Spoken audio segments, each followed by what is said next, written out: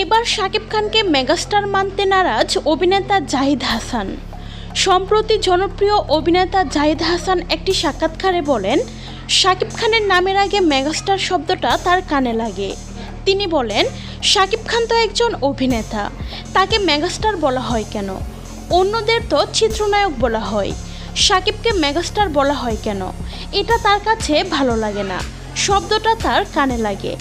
এমন ভিডিও মুহূর্তেই ভাইরাল হয়ে যায় সামাজিক যোগাযোগ মাধ্যমে। তারপরেই পুরো রেগে আগুন শাকিব ভক্তরা।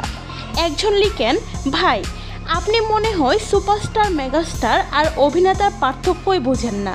আপনি তো শুধু আর্ট ফিল্ম করেন, আর শাকিব খান তিনি সিনেমা চালান, তার নামে সিনেমা চলে। ভক্তদের ভাষায় সুপারস্টারের নামে সিনেমা চলে, অভিনেতার নামে চলে না। আপনি কি পারবেন প্রিয়তমা, তুফান, তাণ্ডব, বরবাদ এমন সিনেমা নিজের নামে হলে বসাতে? পারবেন না। এটা শাকিব খানের জায়গা, এটা মেগাস্টারের লেভেল। বাণিজ্যিক সিনেমা আর আর্ট ফিল্ম এক না। আপনি হয়তো ভালো অভিনেতা, কিন্তু মেগাস্টার শব্দটা শুধু অভিনয়ে পাওয়া যায় না, এটা পেতে হয় কোটি মানুষের ভালোবাসা দিয়ে।